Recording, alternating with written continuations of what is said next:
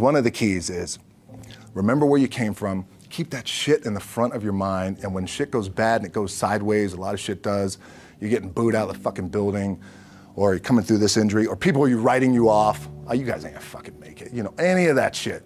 You gotta keep it in here. And it really has to, it should drive you. This idea and this notion that you could be anything you want, and you can accomplish anything you want, right? We hear that. You've heard that from the time you were little boys. You hear that now. You're already incredibly accomplished. You can win an NBA championship, MVP of the league. You could become president. You could become governor. You could be in entertainment. You could do Charles, and you could do Shaq. You could do that. You could do whatever you want to do. You guys know that. The thing that has worked for me is to remember the hard times. So, and I'm sure you guys all have your processes. And again, I'm going to tell you what's worked for me.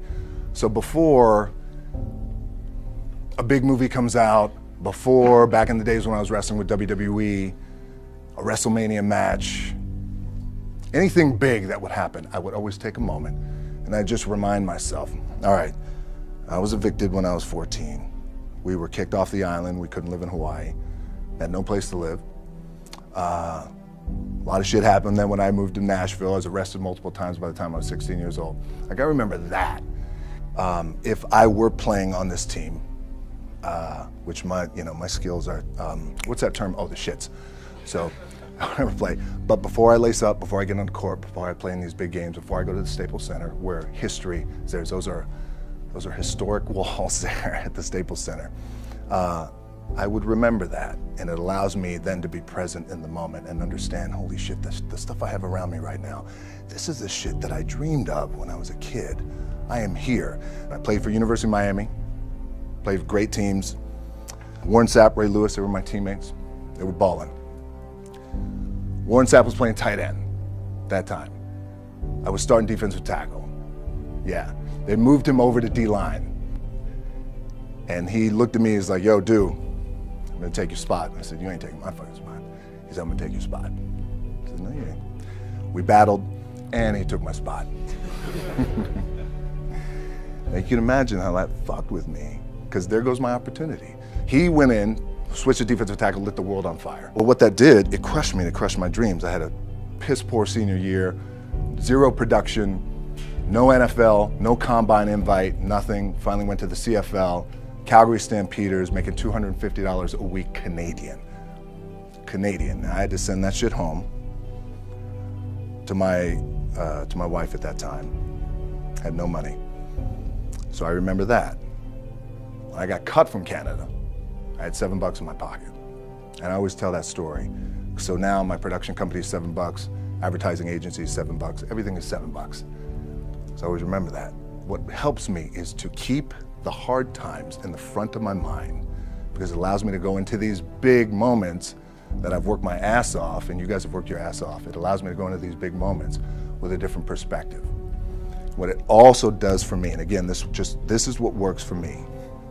Like, I keep my back, excuse my language, my back is up against this motherfucker. Every day, it's against this fucking wall. Excuse my language, ladies in the room. But it's up against this motherfucker because it's what I believe in. And when my back is against this motherfucker, then there's nowhere to go. But that way, that's it. So I feel like this could be something, an ideology and mindset that could help you, if you look at it that way. Because you made it already. We made it. We're successful boys, and we're lucky boys to be where we're at. Oh, you guys made it. Everybody's rich in the room.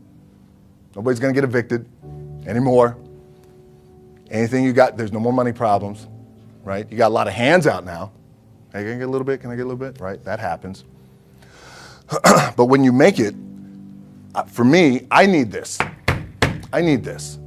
So every day, my back is up against this motherfucker, and this is how I operate. Now, doesn't mean you don't smile, doesn't mean you don't laugh and joke, right? You're happy, I'm a happy guy. But when it comes to business and when it comes to executing, it's up against this. And I got to go that way. And I don't give a fuck who is in front of me. They're not going to stop me. I feel like for me, it feels seamless because you prepared for so long. But it's just like you guys prepping for a game. That's the fun part. That's where it's like, fuck, it's fun, man. People are paying their hard-earned dollars to come see you. They're cheering. They're going bananas. They're booing the shit out of you or on the road. That's fun. That's what you live for. I mean, that's the juice right there. The prep is where the character's made. And I just don't mean the character I play. I mean the character in here. So for me, the prep is getting with the director, getting with the producers, getting with the writers, so in essence, it's like getting with all your coaches and your different position coaches and all the meetings that you have to have, right? So that's the work you put in. The key for me was, where does it start? What's the anchor? What's the anchor? So I could have all these ambitions and you guys have all these ambitions, which is great. It's important. I'll play this role, you'll play that role. I'll execute this thing and it'll come out this summer. You guys will execute this thing during the summer, right, when it's time to really put in a lot more work. But the key with me is just always finding what the anchor is. And the fucking anchor is getting up at 4 o'clock in the morning every day before anybody else and grounding my thought process is in the no one will outwork me. No one. I love and I respect you guys. Motherfuckers won't outwork me. All starts with this. 2 hands, putting it to work. The anchor for me has always been the work in terms of the weight room training. So when I first started wrestling, I was 6 years old, rolling on the mats with my dad. My old man, a lot of you guys won't know this. Yeah, Rocky Johnson. My old man was Rocky Johnson. He was the first black WWF at that time. First black WWE tag team champions with Tony Atlas back in 1983.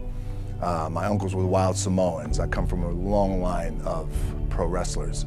But before the wrestling part happened, I was just in the gym putting in the work. At 6 years old, rolling around on the mats. And finally when I could touch weights at 13, that's what I was doing. But the weight part for me and the gym part has always been, has to be the anchor. Look, at the end of the day, like again, it's the kind of stuff that I talked about at top is I have to hold on to my dad in his pickup truck came down 4 o'clock in the morning, picked me up in Miami from Tampa. We lived in a little shitty apartment in Tampa. He drove down in his little pickup truck to Miami to get me when I was cut from the CFL. I was driving up I-75. I don't know if you guys are from Florida, any of you guys, if you know, I-75 is like, especially down in Florida, Alligator Alley. I'll never forget it. It's 4 o'clock in the morning. And I thought, well, fuck. I leave home like you guys left home. I'm ready to tackle the world, to get after it, achieve my dreams and goals. Fucking crushed by 22, 23 years old. Now I got to move back in with my mom and dad. I played on great teams though. Wait a second, this is not supposed to be my future. I'm supposed to be in the NFL right now. I'm supposed to be making a lot of coin and buying my parents shit, buying me shit, taking care of my wife, but it never happened. So I pulled out my wallet. I thought, well, let me see how much money I have. I opened it up. I had a 5, a 1, and change. I'm not fucking around, well, at least I rounded up to $7. But I thought, God, ain't this a bitch? I got $7 in my pocket. Where the fuck do I go now? What do I do? I can't go back to CFL because the point comes where you hear that voice, the big run's over. Like, you're done, right? So I heard that voice. So as Coach was saying, man, I hold on to that shit. I'm telling you, my back is up against this motherfucker. We laugh, we joke, we have a good time. Press is always fun to do. Sometimes you got to make it fun. That's another thing. You got to do your best to make press fun if you can. But my back is still up against this motherfucker. I do not forget it. What this also helps me do, and again, it works for me, is at some point, you got to be fucking tired of not being number one. You have to be, and you got to fucking play angry. And I play angry. Now, I'm cool and calm with my approach. And when I step out on my field, which is a set or, you know, like, there's some, and you're always gonna have haters, and haters are like, well, God damn, man, how many movies are you gonna make, or how much shit are you gonna do? Like, you do a lot of shit. I say, yes, it's my ambition. Of course, why not? I could do it. Yeah, I love what I do. And not only that, but in what world do we not work every day?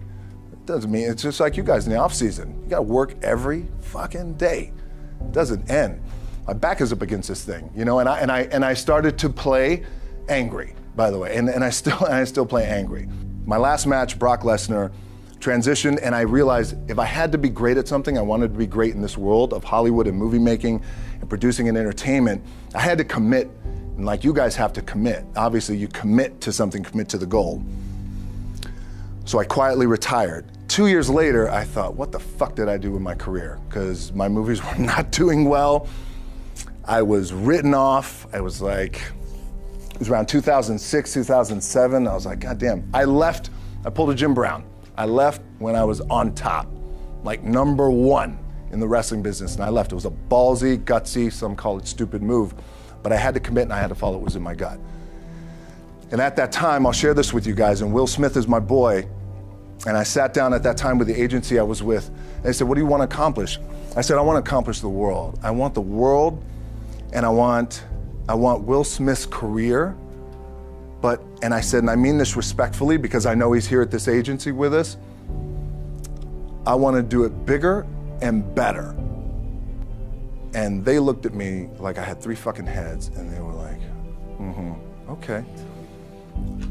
But I still stayed focused, and I still had still put in the hard work with my 2 hands, and that's it. And that's what it comes down to with you guys. One of the keys is, remember where you came from, keep that shit in the front of your mind, and when shit goes bad and it goes sideways, a lot of shit does, you're getting booed out of the fucking building, or you're coming through this injury, or people are writing you off, oh, you guys ain't gonna fucking make it, you know, any of that shit. You gotta keep it in here. And it really has to, it should drive you.